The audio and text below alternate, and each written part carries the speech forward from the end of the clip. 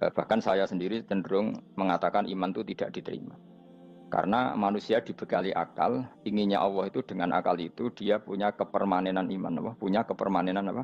Iman, dan dengan itu dia imannya mujma'aleh, mesti diterima oleh Allah Subhanahu wa taala karena binna dari soheh dengan logika yang benar. Dan logika yang benar itu gampang sekali. Beberapa ulama tentu tahu sekali, bukan sekedar tahu sekali karena itu diajarkan Allah dan Rasul. Misalnya begini, kata Allah, saya kalau baca ayat-ayat ini itu sering nangis karena Allah yang Tuhan itu sebenarnya tidak butuh kita. Seorang lagi, Allah yang Tuhan itu tidak butuh kita, juga tidak butuh iman kita. Tapi Allah ingin hambanya itu berakal ya, karena agama itu liqaumi yaqilun, sehingga berpikirnya benar. Misalnya gini kata Allah.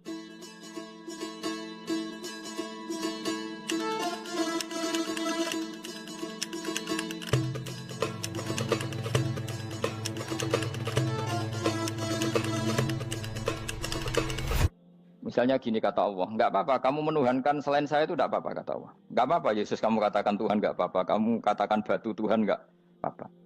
Tapi tolong prosedur ya, prosedur atau persyaratan menjadi Tuhan itu kamu lengkapi, yaitu punya prestasi menciptakan langit dan bumi. Kalau tidak semua urun semen kata Allah, sementing urun gitu. Jadi sebetulnya itu kan rasional. Misalnya enggak apa-apa kamu merasa jadi presiden atau gubernur atau jadi wali atau jadi apa, yang penting prosedurnya dipenuhi. Itu kayak apa Allah baiknya pada kita. Sehingga saya berkali-kali, makanya menurut saya orang alim itu wajib memaklumatkan kalau dirinya alim, supaya jelas aturan mainnya. Yang dilarang Allah itu kan memaklumatkan alim kemudian ingin hadun nafsi, ingin salam itu template dicucuk dihormati, itu kriminal. Itu orang alim gendeng, sudah gendeng sekali. Karena khasnya orang alim itu tentu cari ridhonya Allah, bukan ridhol khalqi, bukan ridhonya apa? Makhluk. Makhluk itu la syai', ada siapa-siapa. Dan kita harus baku seperti itu. Kenapa kalau orang alim nggak memaklumatkan kealimannya itu dikatakan salah? Karena fungsi orang alim adalah membawa bayinat, membawa ayat-ayat Allah, bukan kepentingan apa? Pribadi. Makanya Rasulullah nanti duka ngendikan idza zuharatil fitanu wal bid'u falyudhiril alim ilmahu wa illa fa'alaihi la'natullah wal malaikati wan nasi ajmain. Jika zaman akhir banyak bid'ah, banyak kebodohan, maka orang alim wajib menampakkan kealimannya. Jika tidak, maka dia mal'un, dilaknati langit dan bumi. Karena sebetulnya logika tentang Tuhan itu gampang sekali. Saya ulang lagi ya. Saya punya sekian contoh betapa tauhid itu mudah. Jadi kalau ada orang bilang ikhlas itu angel, Gus, ya dia sendiri goblok karena nggak tahu logika apa. Ikhlas itu justru gampang. Misalnya kamu ngamal demi manusia, manusia itu umurnya hanya berapa coba? Kan pasti mati. Lalu kalau dia mati tidak berkutik, bagaimana Anda bersandar sama seseorang yang mati dan tidak berkutik? Sama-sama bersandar sama zat sing al-hayyul qayyum, sama zat yang abadi. Kamu latih terus akal kamu. Misalnya saya punya jamaah banyak, mereka itu kan nggak jelas surganya. Kok harap-harap syafaate piye? Soalnya jamaah aku mlebu neraka kabeh. Kan nggak mungkin nyafaati saya. Atau mereka mlebu swarga kabeh, wis do sibuk kelon mbek widadari. Mungkin ya ndak ngurusi saya. Jadi dua kemungkinan itu sama-sama ndak ngurusi saya. Mlebu neraka ya rasanya nyafaati, kan mlebu swarga. Do sibuk napa? Ngeloni widadari karena trauma di bocah elek, melarat macam-macam. Sehingga kiainya saja wis ora takok Gus nang ndi wis ora takok.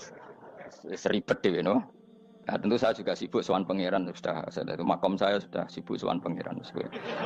Kowe pesta seks sing kula sowan pangeran. Wa swargame ayate pokoke inna ansa'ana gunna napa? Insa'a faja'alna gunna. Apa karo bar kelon dadi perawan neh berarti keloni serempet. Kula insyaallah melok daftar sing fa amma in kana minal muqarrabin farohu warihan. Jadi surganya muqarrabin itu enggak ada sifatnya. Di situ enggak dibakas bidadari, makan-makan enggak, tapi farohu warihan. Satu surga yang sifatnya rohani. Karena enggak bisa disifati. Tapi saya daftar di situ ya hanya beberapa jam, baru gue gabung kon. Sawangane kok taruh rasane wong ayu juga keberatan. Ya tapi saya tentu punya dua kelas, saya punya kartu premium dan ekonomi. Saya enggak tertarik lah daftar yang premium dok, nanti repot apa. Saya itu sering nangis kalau baca ayat seperti ini. Bagaimana Allah yang Tuhan kemudian tidak butuh apa-apa, tapi Allah saking baiknya itu membuat tatanan logika kita. Saya tidak akan bosan-bosan sampai sowan Allah. Bahkan andaikan saya masuk surga dengan faham ini, saya milih faham ini. Karena faham ini itu menguntungkan agama. Li'ilai kalimatillah. Sementara masuk surga itu hadun nafsi. Banyak ulama mengatakan, kenapa Anda tidak ingin mati? Padahal Anda mati masuk surga. Katanya, saya takut kehilangan momen sujud. Karena sujud adalah hak Allah. Sementara surga itu hakun nafsi. Keinginan saya. Tentu saya mendahulukan hak Allah ala hakin nafsi. Itu makam-makam yang... Dan itu nggak bisa Kamu copy paste. Orang yang pada kelasnya akan merasakan seperti itu. Dan kamu tidak perlu minat, malah paham. Jadi sudah dengar saja, apa? Dengar saja. Begini misalnya, saya berkali-kali bilang, kenapa ulama dulu, saya ini kan di Sarang juga ngajar tauhid, dulu saya ngajar kubrul yakiniyat, di beberapa madrasah, termasuk di Sidogiri saya juga ngajar tauhid. Di sini saya ngajar tafsir, tapi yang saya titikkan juga tauhid. Begini, saya hidup di dunia ini, terutama saya memang ingin menerangkan tauhid, sebagaimana Allah menerangkan. Begini ya, Jubair bin Mut'im, saya tidak bosan-bosan cerita ini, Jubair bin Mut'im itu termasuk dahiyatul Arab, cerdas-cerdasnya orang Arab. Dia ditunjuk sebagai negosiator untuk membebaskan Asra Badrin, tawanan perang Badar yang kalah dan ditawan Rasulullah dan para sahabat. Kemudian harus ditebus dengan uang. Oke, disepakati terus. Singkat cerita Jubair bin Mut'im itu datang ke Madinah. Dulu karena tidak ada hotel, tidak ada penginapan, ya memang nginepnya orang musyrik itu di masjid. Ya sehingga itu lazim saja. Kamu tidak usah jadi liberal kemudian bilang musyrik boleh di masjid, ya tidak perlu seperti itu. Kamu juga tidak perlu goblok mengatakan nggak ada ceritanya orang musyrik nginep di masjid karena ya ada tarehnya seperti itu. Jadi tidak perlu goblok, ya tidak perlu liberal. Paham ya? Kalau kamu bilang, wah nangono wong musyrik oleh nginep di masjid, kamu liberal. Padahal konteksnya karena sejarahnya pernah ada. Milih di goblok apa liberal? Apa milih jelas? Enggak milih aja, ngaco aja. 01 apa 02 apa 00. Milih mana? Goblok, liberal, enggak milih. Nah, ketika Jubair bin Mut'im itu datang, delalah Nabi itu sholat maghrib ngimami. Nabi baca surat Wattur wa kitabim mastur fi rabbim mansur wal baitil ma'mur. Kemudian di pertengahan surat At-Tur itu kan ada ayat yang menurut saya itu sangat bagus. Sehingga di kamar saya, di rumah saya itu tak figur ayat itu. Bahwa kita harus dilatih berpikir. Kata Allah memulai argumentasinya, am khuliqu min ghairi syai'in. Apakah kejadian alam raya ini seisinya tentu diciptakan tanpa sebab. Misalnya begini, alam raya ini kata orang nihilisme atau komunis atau orang-orang paham nihilisme, itu kan dimulai dari ketiadaan. Logika ini kan goblok sekali. Berarti kalau alam ini kadung wujud, kamu kan tahu kan langit bumi sekarang kan wujud. Ya, langit bumi sekarang kan jelas wujud. Berarti logikanya adalah al-adamu yakhluqu makhlukon, sesuatu yang enggak ada menciptakan sesuatu yang itu kan aneh. Di mana-mana al-adam ketiadaan itu tidak mungkin yakhluqu syai'an atau yu'athiru syai'an. Di mana-mana ketiadaan itu tidak mungkin mengefeki sesuatu yang ada. Wong kamu sebut tidak ada itu berarti tidak mungkin bisa berbuat apa-apa karena namanya tidak ada. Sekarang alam raya ini dimulai dari ketiadaan. Terus kamu simpulkan sesuatu yang enggak ada menciptakan yang ada, itu gendeng apa enggak? Oh, gendeng sarap itu. Orang usah dipatahin wong gendeng, sebarno yang mau mati dewi. Jadi makanya Quran menanyakan mereka, am khuliqu min ghairi syai'in. Apa alam yang kadung wujud ini kemudian disebabkan oleh sesuatu yang tidak ada? Lalu kalau sesuatu yang ada pasti diwujudkan oleh yang ada. Nah, karena yang ada ini pencipta harus berstatus super. Nah, super ini oleh ulama disebut wajibil wujud. Maka Allah bersifat super, wujud yang paling prima, yang kausa prima. Karena pencipta tentu kelasnya harus di atas yang diciptakan. Makanya disebut, ulama dulu menyebut Allah itu apa? Wajibil wujud. Karena pencipta tentu lebih dahulu. Maka harus disifati awal atau qadim. Awal atau qadim. Kayak apa Allah mendidik kita? Am khuliqu min ghairi syai'in. Terus Allah bilang gini, ya gak apa-apa, yang menciptakan gak saya, gak apa-apa kata Allah. Tapi amhumul khaliqun, kamu saja yang menciptakan, gak apa-apa. Tapi syaratnya kalian juga harus merasa pernah ikut menciptakan langit bumi. Am khalaqus samawati wal ardh. Jadi, enggak apa-apa kamu merasa Tuhan, enggak apa-apa. Yang penting kamu merasa ikut nembok langit, ikut ngecor apa? Langit. Jadi pokoknya ikut bikin. Terus kata Allah, bala yukinun, kamu tak suruh merasa menciptakan langit bumi, kamu juga enggak merasa iya. Memang ya mereka merasa enggak kan? Akhirnya Jubair bin Mut'im saking enggak kuatnya. Am khalaqus samawati wal ardh bala yukinun amin dahum khuzun. Sama Allah dibombardir seperti itu. Dia datangi Rasulullah, ya Muhammad, logika itu tidak meninggalkan akal saya. Matarok tali akli nasian. Akal saya habis Muhammad. Saya iman saja. Saya tidak cukup punya logika untuk melawan argumentasi ayat yang kamu baca. Saya iman saja. Terus iman. Makanya kalau ada logika nihilisme bahwa sebelum alam ini adalah ketiadaan, lalu pertanyaannya bagaimana mungkin ketiadaan menciptakan yang ada? Di mana-mana ketiadaan itu la yu'atsiru syai'an wa la yakhluqu syai'an. Jenenge wae tiada. Tiada itu ya enggak ada fungsinya, ya enggak ada efeknya, enggak ada prestasinya. Ya pokoknya namanya enggak ada ya enggak ada. Nah, ini penting saya utarakan. Terus di sini Allah mengulang lagi, enggak apa-apa yang lainnya kamu katakan Tuhan jadi mitra saya enggak apa-apa. Tapi tolong kata Allah, aruni madza khalaqu minal ardi, tunjukkan ke kami prestasi dia ikut bikin bumi. Kita tahu misalnya Yesus, Isa lahir di bumi. Bumi sama Yesus dulu mana? Dulu bumi, dia lahirnya di bumi. Lalu dia melata di bumi, jalan-jalan. Kemudian dia mengatakan ini bumi Tuhannya saya. Jadi bumi kok enak, dhisik aku sih. Tua aku sih, bodoh-bodoh pangeran aku dong. Lebih apa? Tua. Jadi Allah itu gampang sekali. Nah sekarang orang iman itu kuat semua. Makanya ndak wali-wali. Imane mbek Allah taklid, njaluke aneh-aneh, njuk bojo ayu, sugih, jabatan. Bela Allah secara hujah aja enggak pernah, sudah minta. Makanya kita hidup di zaman yang saraf masal. Lho kula njaluk pangeran akeh-akeh kuwi, coba kamu bela Tuhan tuh pernah bela apa?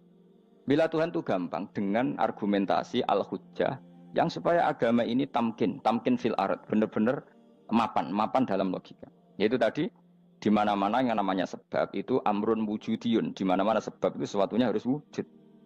Paling tidak kita sudah menolak nihilisme. Apa? Nah, nihilis. Lah wujud karena wujud awal harus berstatus prima. Lah prima itu dalam bahasa ulama disebut wajibil wujud. Makanya ulama dulu ngelatih kita itu pertama Allah itu siapa? Zat sing wajibil wujud. Itu satu filosofi yang luar biasa. Nah, kemudian setelah itu ada setan-setan kecil yang nganggur, yang iseng. Nah itu nggak usah kamu perhatikan.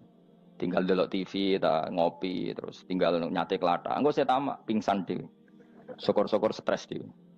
Dugaan saya setan saya gue pingsan, kurang gizi. Karena memang setelah itu setan itu udah gini. Lalu sebelum Allah jangan-jangan ada wujud yang lain. Lalu Allah sendiri awal mulanya gimana? Kata Nabi, jika ada pertanyaan seperti itu kamu harus berhenti. Tinggal delok TV atau tinggal delok dangdutan. Ya kalau kepeksa apa-apa, kelasem ae. Saya ada menghalalkan tapi kan sudah kamu lakukan. Karena itu lebih baik ketimbang pertanyaan filsafat. Banyak orang yang dulu sholat ketika sekolah filsafat tidak sholat. Alasannya sampai menemukan jati diri itu Tuhan.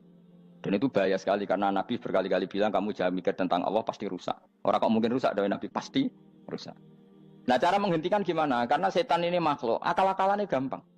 Tadi tak warai, saya sebagai ulama, atau sebagai manusia, atau sebagai orang awam, atau sebagai siapa saja. Kadang ada pertanyaan seperti itu.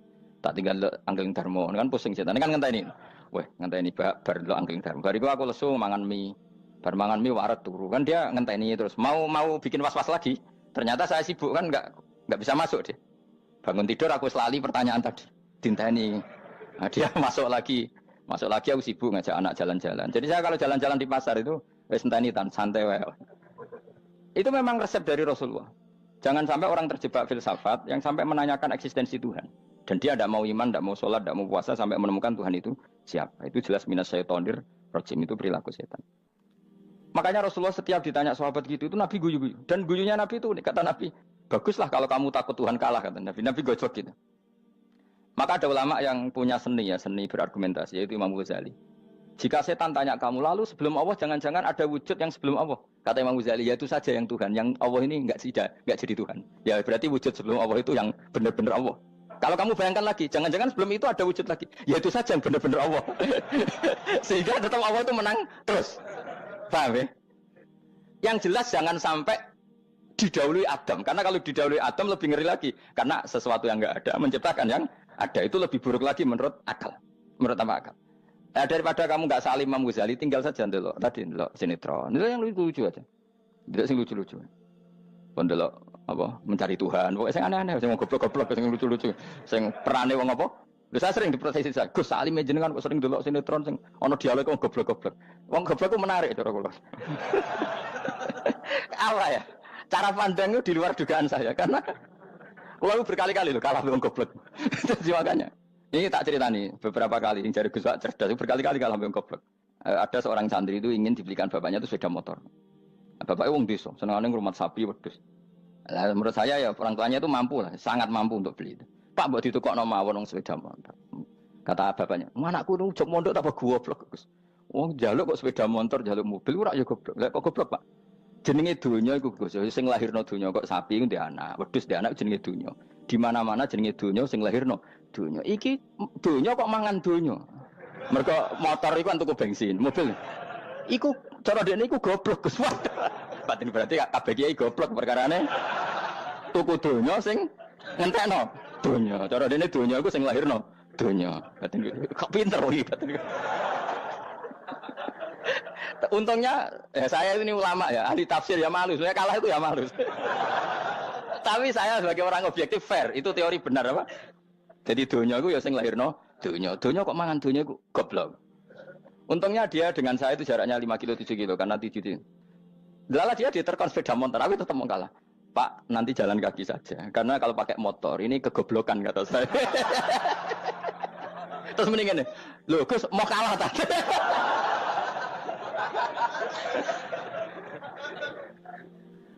Wah kacau. Singkat cerita dia bersikeras, nggak mau beliin sepeda motor anaknya karena di mana-mana dunia itu sing lahir no dunia, nggak boleh dunia kok mangan. Ini satu kegoblokan yang agak ilmiah tadi.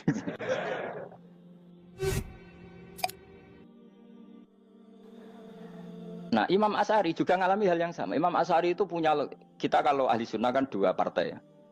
Ya dalam ahli sunnah itu hanya ada dua partai juga. Kalau nggak Asy'ari ya Maturidi.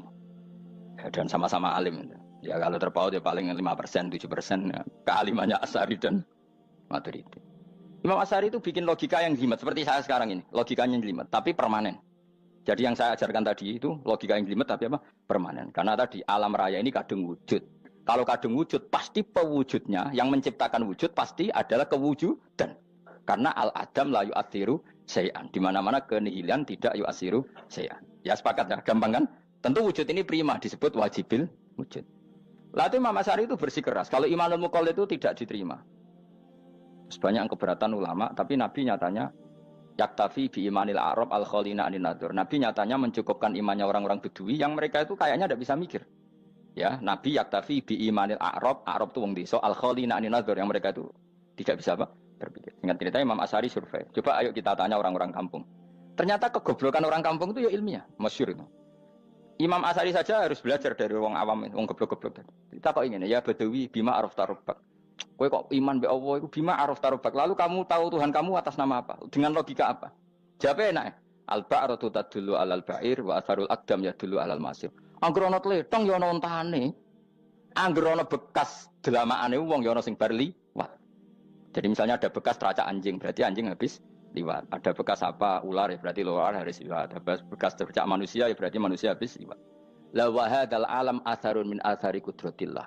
Alam iki bekas mesti ana sing gawe. Jadi Mas Ari pinter juga, mesti logikane gak jelimet tapi memang agar ana tletong ana sapine. Ana teracake wong berarti ana sing bar liwat. Dia ngomong gampang wa atharul aqdam ya dulu alal masir. Nah, terus Imam Asy'ari habis itu ngendikan, ya sudahlah dengan logika apa saja. Meskipun karena zori hadal Arabi sebagaimana cara berpikir Bedui ini, sementing ada natur. Apa ada? Ada natur. Ya natur apa saja. Misalnya orang ahli matematika mungkin bilang angka dimulai dari 1. 0 itu akal-akalane Khawarizm. Mereka ini kebingungan nulis 10. Tapi tetap angka itu dimulai dari 1. Kalau misalnya 1 untuk mecah kesulitan ya harus dimulai 0,1. Tidak bisa 0 tok. Jadi 0 dulu itu untuk mematahkan kalau jumlah itu tidak sampai 1. Tapi faktanya jumlah itu kan pasti 1 karena dimulai dari wajibil wujud. Khawarizm itu ya pintar matematika. Saya juga punya ilmu hisamnya Khawarizm. Itu kan dia karena kebingungan angka pecah. Misalnya 1 tidak sampai 2. Mau tidak mau harus ditulis 1,5 misalnya. Paham ya? Lalu kalau sebelum 1 tetap dia harus 0,5. Lalu hakikat 0,5 itu kan bagian dari wujud apa bagian dari Adam? Tetap bagian dari wujud. Jadi 0,5 itu kan khayal kuliah. Tawari ya. Mungkin saya ada ahli matematika ala wong kampus, tapi saya tahu Kang, ala Islam itu lebih gampang. Misalnya gini. Sesuatu itu kadung kamu putuskan itu satuannya 1. Tentu ketika separuh kamu katakan baru separuh. Tapi sebetulnya ketika satuan itu kamu katakan 10, yang separuh itu sudah 5. Itu kan terserah sing bagi, no? Terserah sing bagi. Ya iya dong, misalnya 1 juta, 5, 5-nya artinya apa coba? 500 ribu kan? Sekarang kalau 100 ribu, 5-nya jadi berapa? 50. Kalau 1,5 jadi. Nah itu kan terserah satuannya apa? Tapi tetap dari 0,5 itu tetap menunjuk sesuatu yang wujud. Yaitu 5-nya sebetulnya apa? 5 yang separuh tadi. Paham sih kalau maksud? Tetap nggak bisa sesuatu dimulai dari apa? 0. Nah, makanya kata Abdul Hamid Khan kalau dalam mendidik tauhid, itu gampang saja tadi. Alam raya ini kadung maujud, kalau kadung maujud pasti disebabkan oleh sesuatu yang wujud.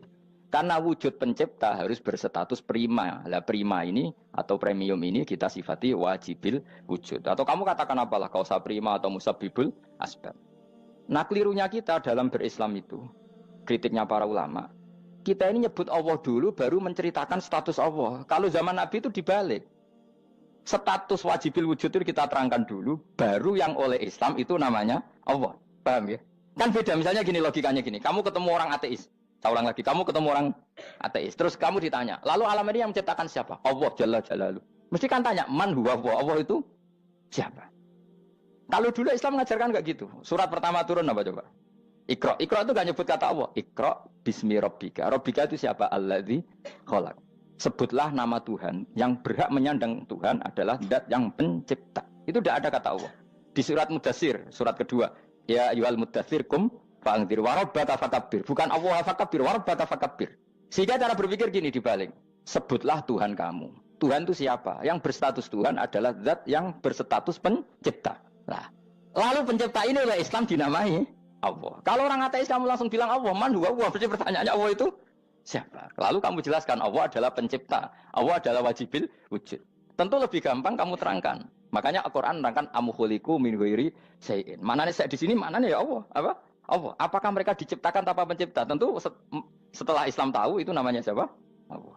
Paham ya? Kalau balen malih. Jadi sebetulnya Quran itu ngajari kita itu ilmu mantik yang luar biasa. Misalnya ya Yuhanna su'budu siapa? Rabbakumul ladzi khalaqakum walladzina min qablikum.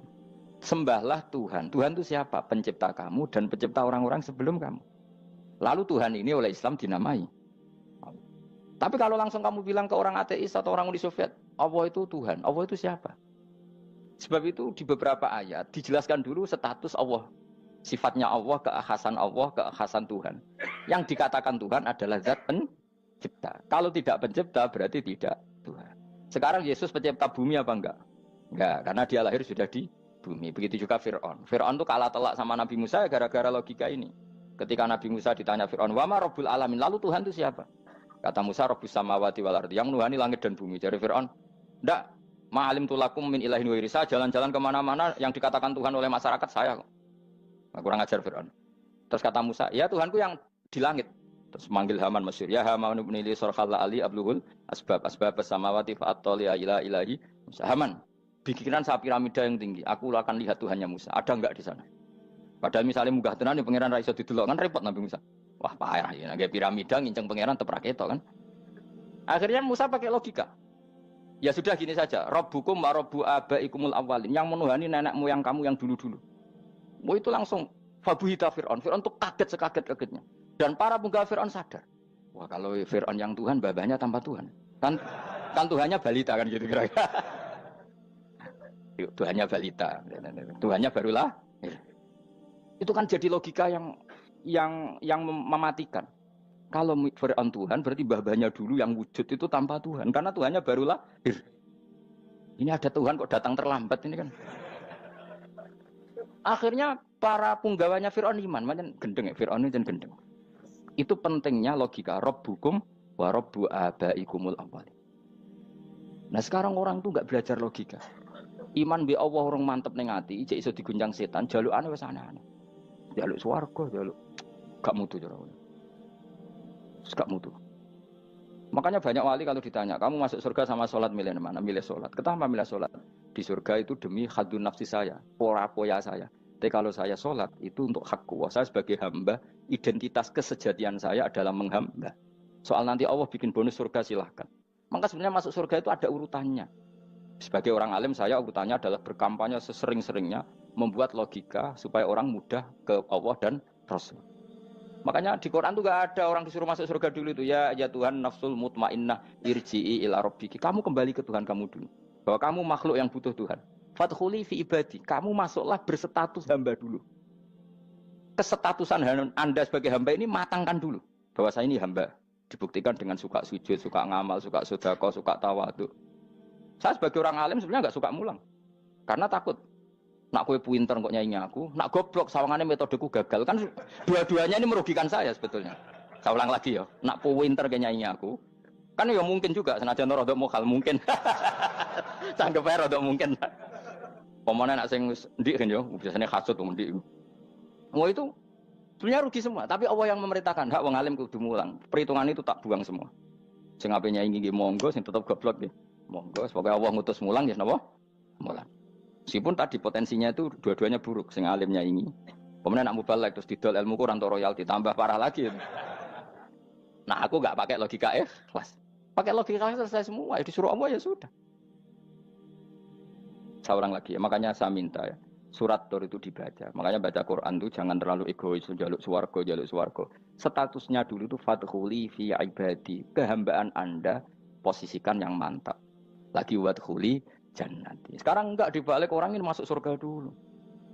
Kayak surga di kapling. Terawih arang-arang gue jaluk Lailatul Qadar. Lailatul Qadar wis kliwat. Wingi wis Dzulhijjah wingi ben. Sebagian ulama berpendapat Lailatul Qadar itu fikul sanatin. Apa fikuli? Karena Lailatul Qadar berdasar nuzul Quran dan nuzul Quran itu bisa saja hari Arafah, bisa hari apa. Ada ulama yang mengatakan Ramadan, tapi bisa tanggal 1. Nah, kamu kan pemalas, ikut yang partai 21, 23. Karena kan wis akhir-akhir kan wis enteng. Sebenarnya Anda milih 21 berdasar ilmu apa berdasar enak anak terbatas waktunya kan? Kan lebih sempit, apa? Lebih apa? Sempit. Ya saya ulang lagi ya. Jadi Allah kalau mengajarkan hujah itu gampang sekali ya. Tadi amkhuliku min ghairi syai'in. Enggak apa-apa saya ada Tuhan kata Allah. Tapi kamu harus punya logika. Alam raya ini diciptakan tanpa pencipta. Mau enggak kamu punya logika seperti itu? Bahwa alam ini yang wujud diciptakan oleh sesuatu yang tidak wujud. Mau enggak kamu punya logika itu? Enggak mau kan? Namanya wujud tentu diciptakan super wujud. Dan super wujud itu wajibil wujud. Dan itu Tuhan kita yang oleh Islam dinamai Allah. Bang, makanya nyebut Allah itu di surat-surat awal Quran tidak ada. Coba, awal surat Quran itu surat apa coba? Iqra kan? Iqra itu ada enggak kata Allah? Enggak ada. Iqra bismi rabbika. Rabbika itu siapa? Allazi khalaq.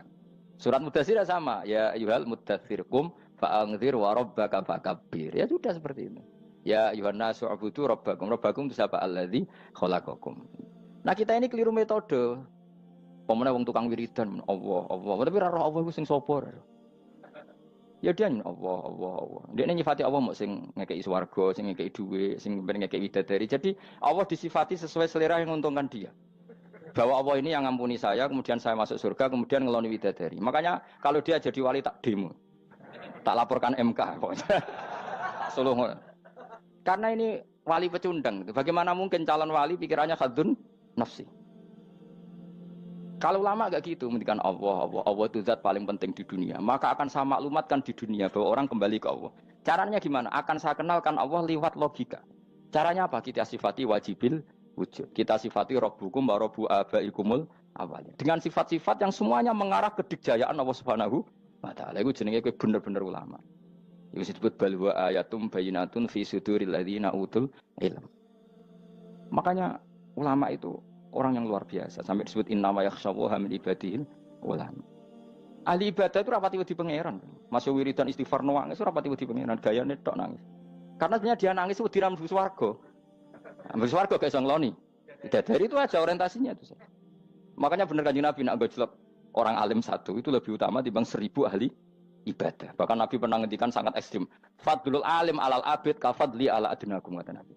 Keutamaan orang alim dibanding ahli ibadah itu sebagaimana kelas saya kata Nabi dibanding kelas terendah kalian. Padahal Nabi dengan Abu Bakar saja jaraknya sangat jauh. Itu kata Nabi fadlul alim alal abid kafadli ala adnakum. Keutamaan orang alim dibanding orang abid sebagaimana keutamaan saya dibanding sahabat paling rendah. Karena tadi abid itu ada oportunisnya. Tapi kamu jangan benci abid ya. Karena kamu ya orang alim, orang abid. Saya saja yang kritik. Saya yang tanggung jawab di depan Allah. Orang abid itu kadang kan wiridan nganti nangis. Pikirannya apa coba? Wis rasakno mungkin apa wiridan pikiran aja. Di sepuro dosane. Terus apa kan? Mlebu swarga. Terus apa kan swarga? Aku takut. Saya aku takut ayo sing ape mlebu swarga apa kegiatan? Rencana pertama ya, Pak. Terus gak usah munafik biasa wae. Mau inna ansa'na apa? Insya Allah kalau ada jujur apa jujur.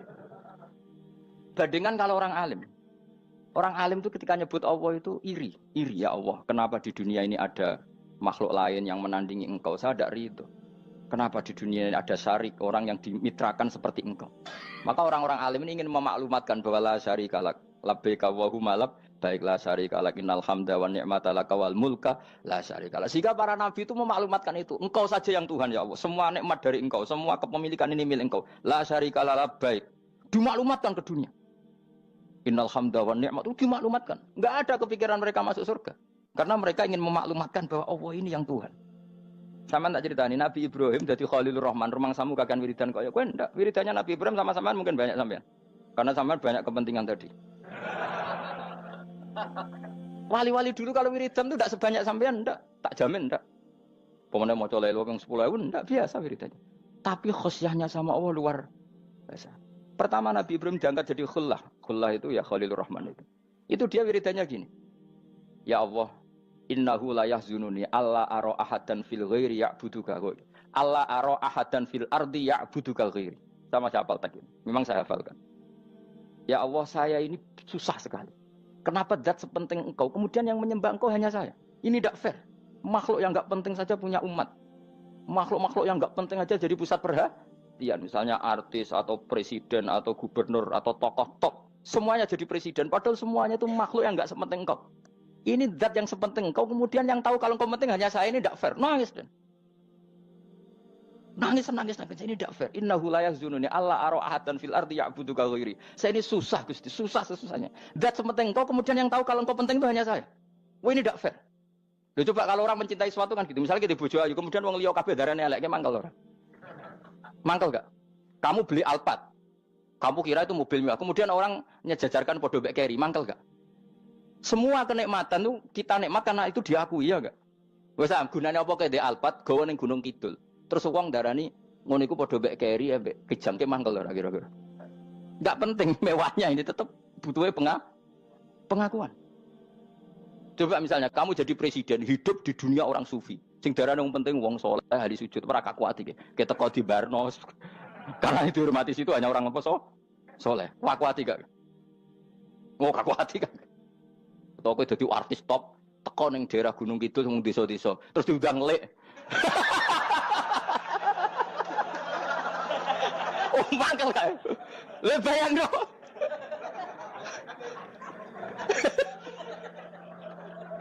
Oh, kamu menteri top, menteri BUMN bareng dolan itu iso diundang lek. Matus walang lek ngono. Oh, mangkel. Karena orang keren itu butuh pengakuan apa? Wes misalnya di bojo ayu terus wong liya kabeh darane eleke mangkel gak? Sebetulnya orang merasa nikmat itu karena pengakuan. Bayangkan andekan orang itu melihat Alphard itu tidak wow. Orang punya Alphard gagah enggak? Oh enggak gagah. Kalau orang lain enggak bilang apa? Oh.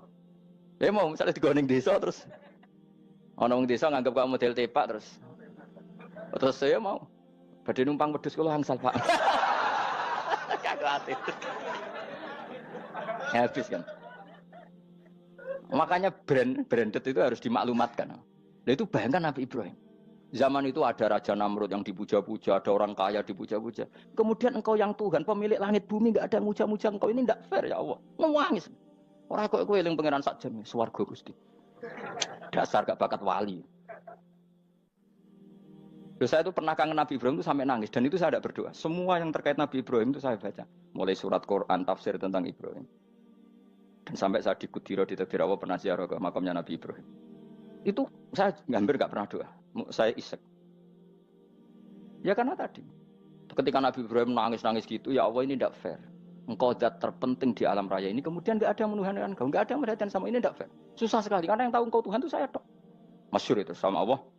Karena Ibrahim nangis-nangis itu terus sama Allah diterbangkan ke langit. Disebut wagadhalika nuri Ibrahim malakutas sama. Di langit ada jutaan malaikat sujud, jutaan malaikat rukuk, jutaan malaikat baca tasbih. Nabi Ibrahim oke Gusti kalau gini ya benar, ini baru benar kata-kata. Makanya terus Allah dengan keangkuhannya, karena Allah punya sifat angkuh dan itu sah walahul kibriya. Kan sifat angkuh baik untuk Allah tapi tidak baik untuk makhluknya, dan Allah dengan sifatnya walahul kibriya. Kata Allah, kalau nasihati para nabinya, kamu tidak usah susah. Jika di bumi jarang orang nyembah saya.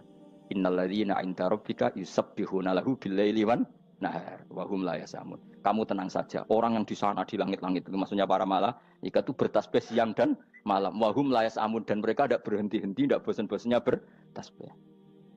Jadi nabi itu baru terhibur kalau yang diidolakan itu keren. Itu nabi, itu wali kutub, itu wali. Kamu enggak nyebut Allah itu sebenarnya kamu kan enggak ingin kan bangun malam ingat Allah berhubung utamu akeh terus Allah mbok libatno mbok nyaur kan sebetulnya itu kamu ingin jadi bupati sebenarnya kamu enggak kangen Allah kamu ingin jadi bupati terus Allah mbok jak koalisi kan gitu terus malam-malam Allah Ya Allah ini hambamu ya Allah minta ini. Sebenarnya kamu kangen Allah apa kangen keinginan kamu? Ya, terlalu menyindir banyak orang ya. Maksudnya ini cerita saja. Ya sudah ini kayaknya kok banyak yang tersindir tapi ini kan ngaji. Yang ngaji itu harus naik kelas. Ya sudah tidak usah diteruskin kok banyak yang tersinggung. Ya sudah tidak usah diterusin. Walau akhidu mau mengalap sapa Allah anas saya manusa bima kan perkara kasab bukan nglakoni sapa anas. Minal ma'asi sing pira-pira maksiat. Mataroka. Mongko ora ninggal sapa wa taala dzuri ing atase dhuwure artayil ardi min dabatin saking kewan apa wae. Nasama tegese kewan tadubu kang melata pun nasama alih ing atase arat. Kalau saja Allah ingin merusak manusia karena dosa-dosanya, pasti tidak disisakan beberapa sesuatu yang jadi kebutuhan manusia, termasuk dabam, misalnya nggak ada hewan, nggak ada tanaman, nggak ada apa saja di bumi, karena Allah ingin mengadab manusia. Tapi nyatanya di balik mereka maksiat, tetap fasilitas kepentingan manusia ada, karena sifat ghafurnya Allah, sifat rahmannya Allah. Walakin akhiru tetapi ini ngakhirna sapa wa hum wong akeh ila ajalin temu kamaring batas musamman kang wis ditentokno. Ayo mil kiamat tegese dina kiamat. Faida aja mengko nalikane teko apa ajalum ajale wong akeh fa inna wa. Mongko satuna wa taala iku kana ana sapa wa bi ibadihi kan kaulan wa basiran dat sing mirsani. Fa jazi mongko males sapa wa ing wong akeh ala amali ing atase wong ngamale wong akeh. Carane ngemales Allah tentu profesional atau prosedural bi isabatil mukminin kelawan ganjar wong mukmin wa iqabil kafirin lan nyiksa wong kafir. Ya jadi Quran itu gunanya ya membuat logika yang benar supaya orang itu menghindari kesalahan. Jadi menakut-nakuti itu kalau nggak harus tentang neraka, takut dari kesalahan, takut dari kebodohan. Kan kita juga takut kan punya pemimpin yang salah, takut punya kasus, takut kepleset. Ketakutan tidak harus dari neraka. Makanya saya berkali-kali bilang, saya sering dulu dinasihati Mbah Mun, enak kena alim, ojo sering maca tafsir, mari goblok dari Mbah Mun. Maksudnya mari goblok itu gini, mufassir itu manusia, kadang dia itu satu ayat umum, dia mendiktekan ke satu kasus, padahal kasusnya lebih umum. Makanya berkali-kali sama nani umpomong ini, contohnya ini, karena nanti itu mengikat. Misalnya gini ya, saya ulang lagi ya, ben gayamu kayak wong alim. Coba andekan kapasitas Anda itu RT, minta jadi presiden, itu ngelama apa doa? Tidak jawab saja. Ngelama. Jatah kamu untuk azab, kok jaluk Lailatul Qadar, ngelama apa Anda? Mestinya jalukmu orang untuk azab itu bagus. Paham ya?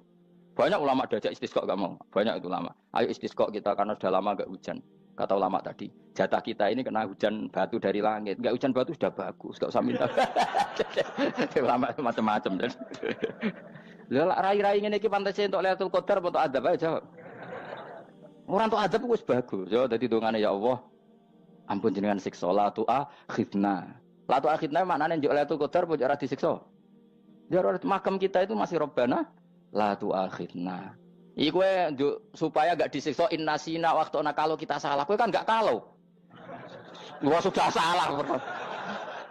Jadi donga innasina waktu sange apikane pangeran wae ditambahin. Kalau kita salah. Kalau kita kan sudah ada kalau lagi sudah. Sudah jelas salah berkali-kali lagi. Mbok wong diisin. Njulak jaruk Lailatul Qadar gak diisin. Tapi oleh wong pangeran apian. Pangeran kan tapi misalnya pengiran ora aku luwe apian timbang aku. Jadi sowe disahno permintaan. Tapi gak dikabulno. Mau disahno tapi ora usah apa? Disahno iku iman jalin yen goblok piye meneh kok macam-macam.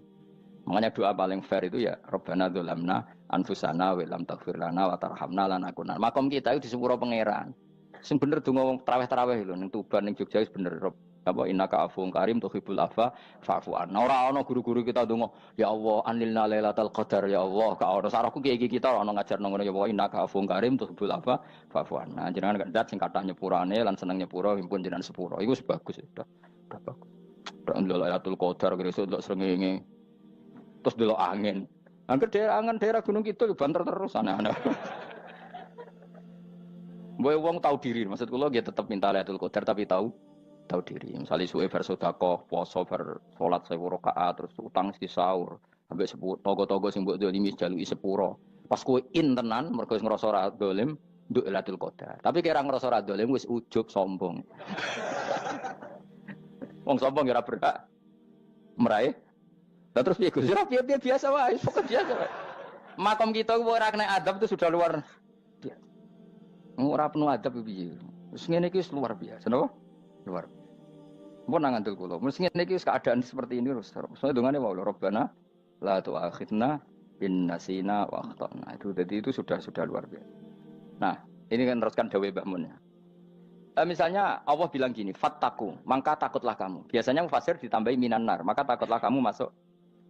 Sebetulnya yang perlu dihindari dari kita, takut itu ya, takut salah, takut bodoh, takut terdolimi, takut mendolimi orang lain, takut hidup tidak ada gunanya. Tapi mufasir tentu milih yang populer, takutlah kamu dari api neraka. Coba misalnya gini, kita nanti masuk surga. Kemudian zaman di dunia kita tidak pernah berkampanye ya atau berkontribusi untuk agama Allah. Cara saya itu izin. Kata Imam Malik, saya masuk surga. Kemudian orang yang mencintai saya masuk surga itu saya malu.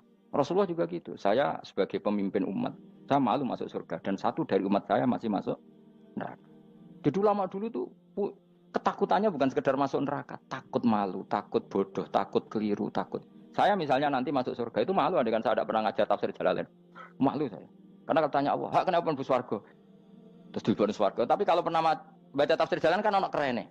Keren artinya saya pernah mengkampanyakan Quran, pernah mengkhidmai Quran, pernah ngitmai kitab engkau ya Allah. Saya pernah ngitmai umatnya Rasulullah, yaitu sampean kabeh.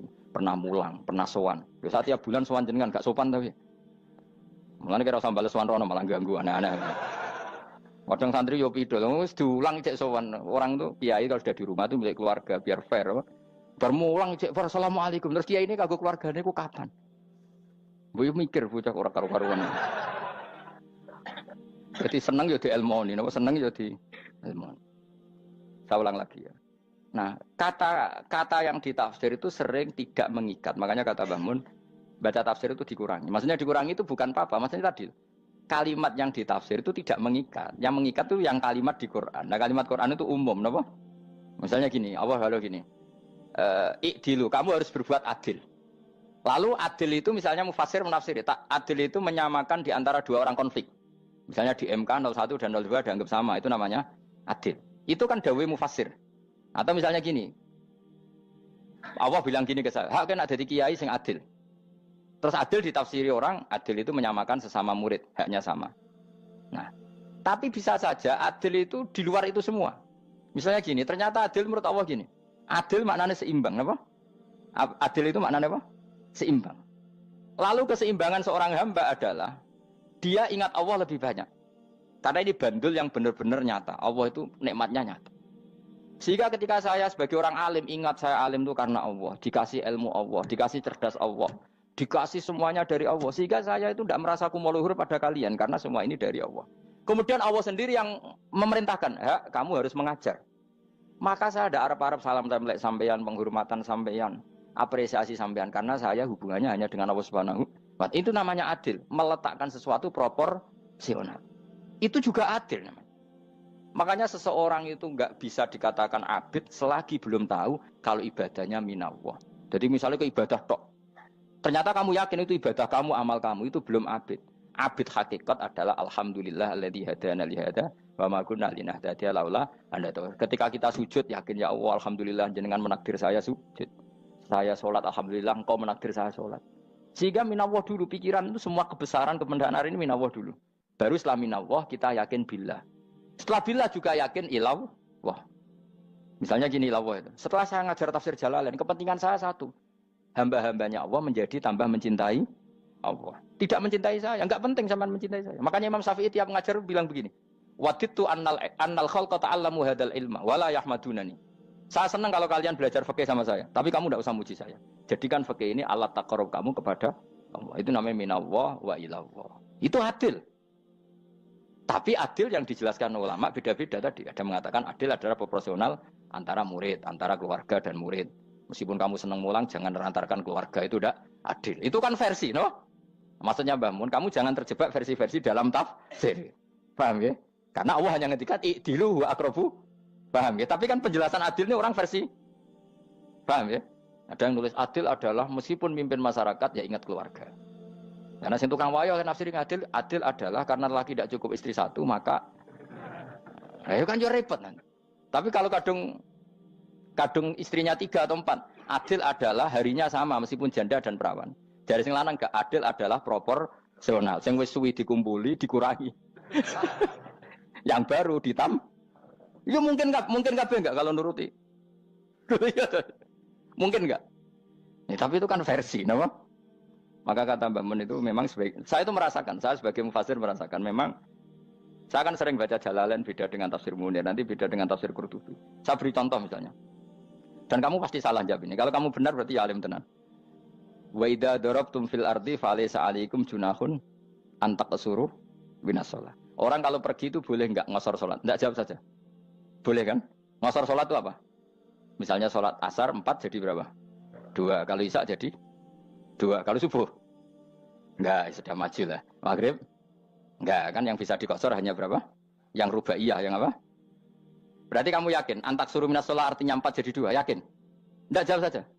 Yakin. Nah itu termasuk orang pinter. Ya. Berarti ilmu lagi sak trip. Ya?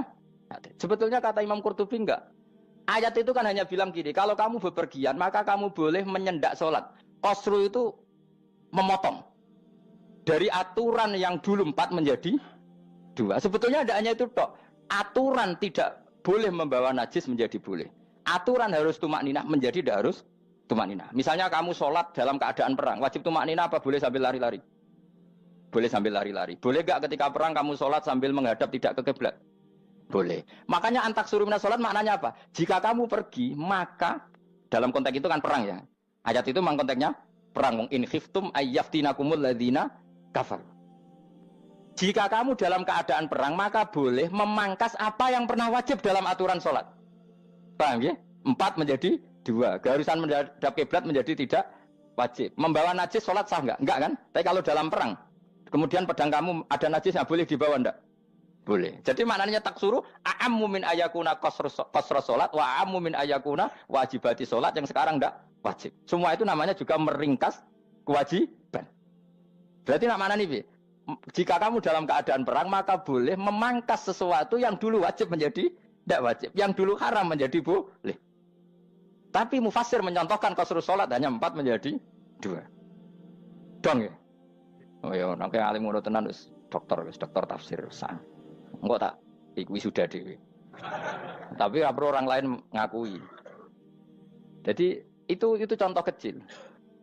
Jadi mufassir karena kebetulan dia tahunya hanya qasru sholat itu 4 jadi 2, dia itu. Padahal di tafsir lain diterangkan qasru itu artinya menyingkat atau mencendak atau memangkas. Dulu wajibnya sholat itu nggak boleh bawa sesuatu yang najis. Tapi kalau sholat dalam keadaan perang dan pedang kamu ada darahnya, boleh nggak dibawa? Boleh. Bahkan Allah menyuruh dibawa. Dan boleh nggak madhep kiblat. Fa in khiftum farijalan auruk banataki fa idza amintum fadhkurullaha kama 'allamakum. Ketika keadaan aman baru sholat sesuai standar. Nah, berarti kan ada qasru sholat, ada pemangkasan aturan sholat. Kayak misalnya begini. Dalam keadaan normal, boleh nggak kamu motong pohon pisangnya tetangga tanpa izin? Nggak boleh kan? Tapi misalnya ada banjir bandang, kemudian kamu bisa selamat kalau motong itu. Wajib izin apa malah haram izin? Haram izin, harus kamu langsung potong. Karena kalau tanpa begitu kamu dan yang punya wajib meridhoi. Kalau nggak meridhoi disalahkan syarak malah. Paham ya? Jadi ini penyolongan yang wajib. Tapi tak sebab potong kayak ngelangi kan. Terus gedangnya mbok pangan, itu berlebihan. Karena Allah memaklumi hanya untuk ngelangi. Jebule wis menisan lah itu di luar izin syariat apa? Di luar izin syariat. Itu melampaui batas itu. Syaratnya boleh itu ghairu baghiw wala famani turra itu darurat syaratnya ghairu baghiw wala dan tidak boleh melebihi batas. Ora ape ngetok gedange jupuk sik sing mateng dipangan terus diketok. Ora oleh. Paham jelas ya? Makanya kalau ngaji tafsir ya saya kan berkali-kali ada makna di tafsir Imam Suyuti saya tambahi umpamanya ini. Maksudnya umpama itu supaya contoh itu tidak mengikat. Jadi yang disebut beliau itu satu dari sekian potensi ribuan contoh. Ya kayak tadi misalnya antak suruh minas sholah. Itu umumnya ulama membayangkan qasru sholat yang 4 jadi 2. Padahal enggak, maknanya meringkas aturan dari wajib menjadi tidak wajib. Bahkan sebagian aturan itu dikatakan haram, tidak haram. Itu tadi misalnya bawa najis atau teman kamu mau dibaca orang kafir terus kamu bilang, hei hati-hati, itu tidak batal kalau dalam sholat siddatil khauf. Paham ya? Jelas? Semaju lah. Malam terus likur oleh Lailatul. Soale wis gumen mbek wong-wong itu. Bingung ora ilmune wong-wong. Ma ungzira abahum lam yungzaru tegese ora den kei wedi sapa ngangge fi zamanil fatrah ing dalam zaman fatrah. Ya sama seperti ini. Orang tidak mendapat ingzar itu fi zamanil fatrah, zaman enggak ada rasul. Tentu tidak hanya itu tok. Ada rasul tapi orang itu jauh dari komunitas ulama. Itu juga termasuk orang yang tidak mengalami Ingdar. Jadi tidak mengalami ingdar bisa di zaman fatrah atau sudah ada rasul tapi dia jauh dari ulama atau jauh dari komunitas Islam. Itu juga komunitas yang tidak mengalami ingdar. Fahum mengkote wong akeh kaum iku khafidun lali kabehane imane sing iman parustilan bener. Ya, contoh paling gampang itu nak dawuh yai mesti bener itu loh. Kalau kamu ngaji tafsir Jalalain ya Yuhannasu budu rabbakum. An-nasu biasanya ditafsirkan kufaru Mekah, napa? Padahal di situ nas semua manusia apa kafir Mekah? Semua manusia. Cuma konteks dulu karena Nabi orang Mekah dan zaman itu yang diberi peringatan orang Mekah, Imam Suyuti bilang kufaru Mekah. Lah seperti itu kufaru Mekah mengikat apa enggak? Enggak kan? Enggak, karena yang dituruni Quran yo kafatal linnas. Tapi ya Yuhannasu di Jalalain sering ditulis apa? Kufaru Mekah. Nah, seperti itu tidak mengikat. Itu contoh saja, Pak. Contoh saja dalam konteks zaman itu. Paham ya? Jadi banyak, makanya tafsir itu sebenarnya enggak ngikat. Ya tapi yang ngomong gitu harus orang alim. Kalau kamu yang ngomong malah kacau. Kemudian ngomong sombong. Maksudnya kan manusia, saya juga manusia. Ngapain saya harus ikut? Ya sarap itu. Iku ora wis sombong saraf, no? Wis sombong saraf. Lakot hakko teman-teman fahum, lakot hakko teman-teman nyata apa alkaul apa titah. Wajib tegese wajib manane nyata al aksarihim. Ing atase akeh-akeh wangke bil adab. Lakot hakko teman-teman dadi nyata apa alkaul apa titah anane azab. Wajib tegese wajib apa adab al aksarihim bil adab fa mongko te wong akeh la yuminu ora iman sapa akeh. Il aksaru tegese utek akeh wong ora iman. Zaman iku Mas. Ya, maksudnya zaman iku. Tapi jengben mboten ngerti.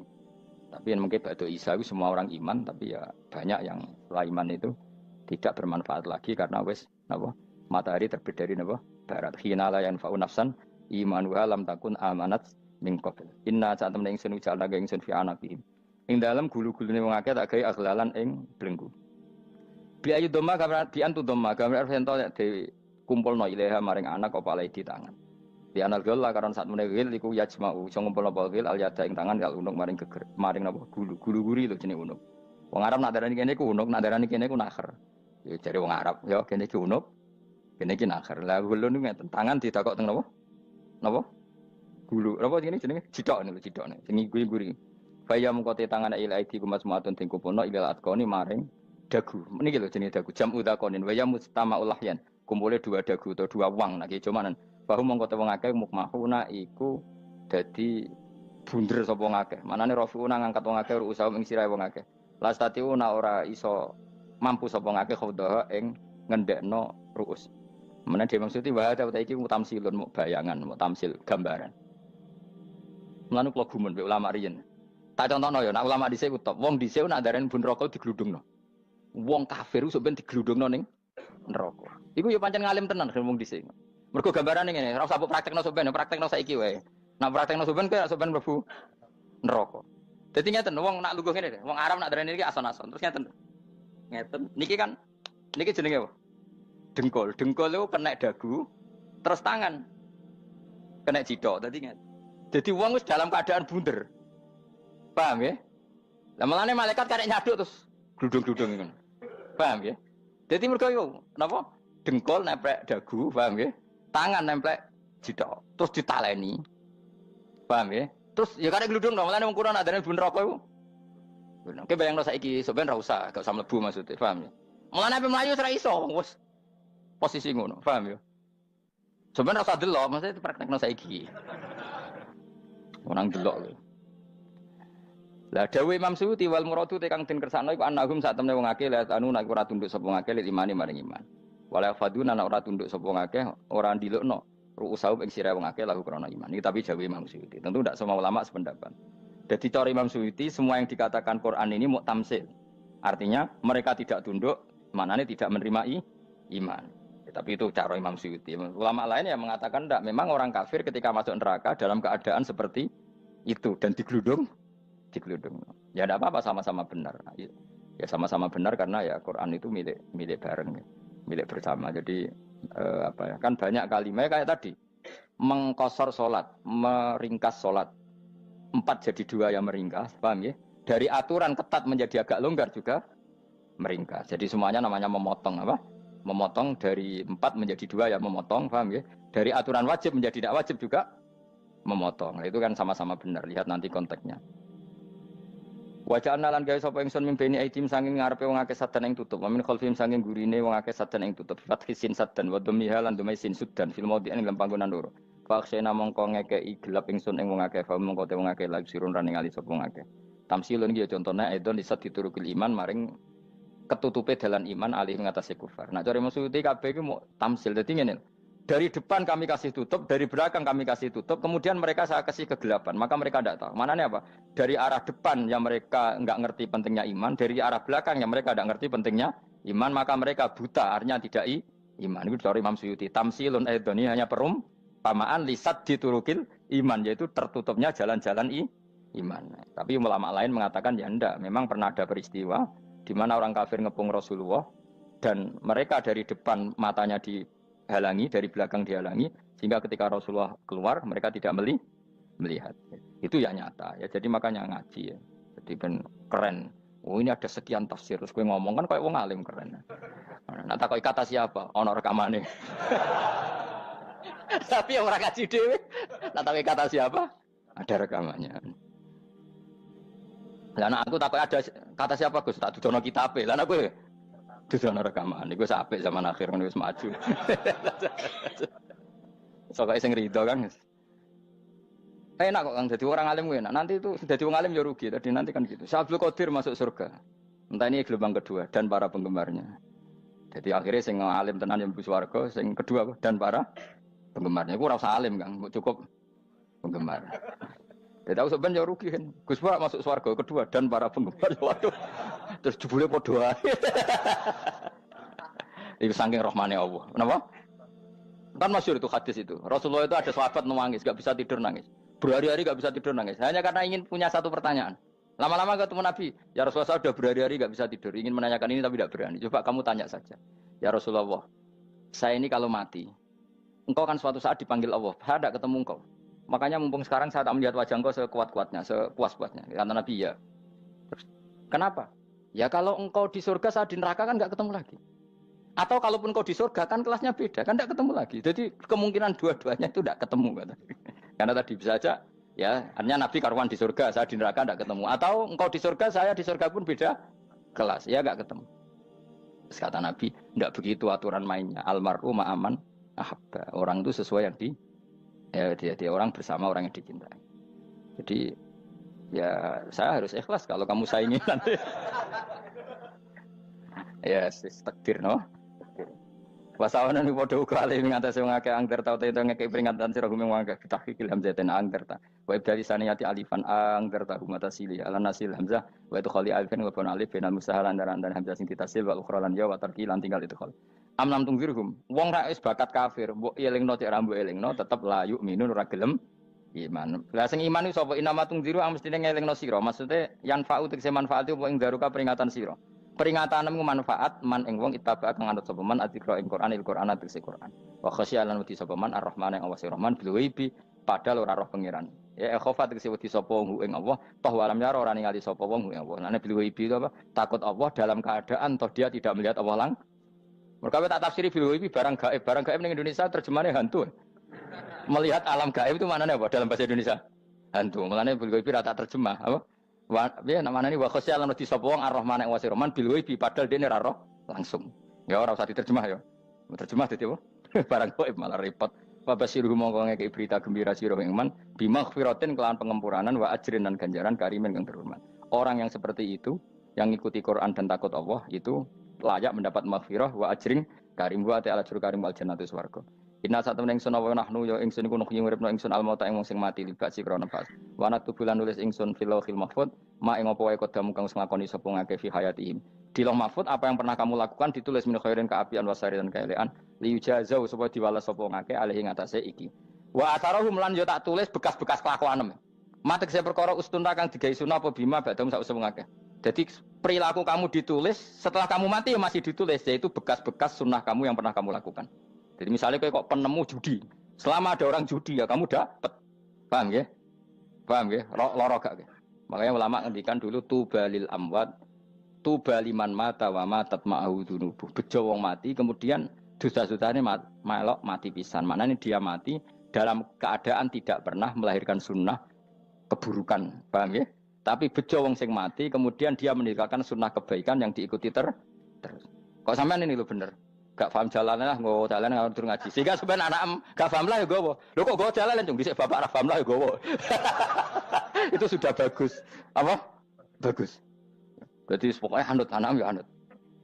Wah, pokoknya keren, pokoknya keren sampean keren. Jadi nanti sampean anak tuku jalan takoki, Pak, kok tuku jalan dhisik bapakku ning lemari iki ono jalan. Lah tapi dhisik bapak paham yo ora ya paham bodoh. Wes stop, stop. Jelas ya gitu anak tubuh mangkot damu wa atharoh. Makanya sisa-sisa amal kita, bekas-bekas amal kita semuanya adalah ditulis sampai Allah Subhanahu wa taala. Mulane kula kepengin jenengan nate syukuran, pisan-pisan nate syukuran. Pertama anak kita bisa sholat. Guling-gilingan banyak orang syukuran perkara ulang tahun. Kenapa pertama anak kita bisa sholat, kita tidak pernah apa? Syukuran. Padahal sholat itu yang menjadi identitas anak kita, kehambaannya ila yaumil qiyamah. Mbok ya orang itu gitu. Sehingga nanti anak kita tuh senang sekali. Itu saya itu kalau agak marah, itu anak saya yang paling kecil, baru umur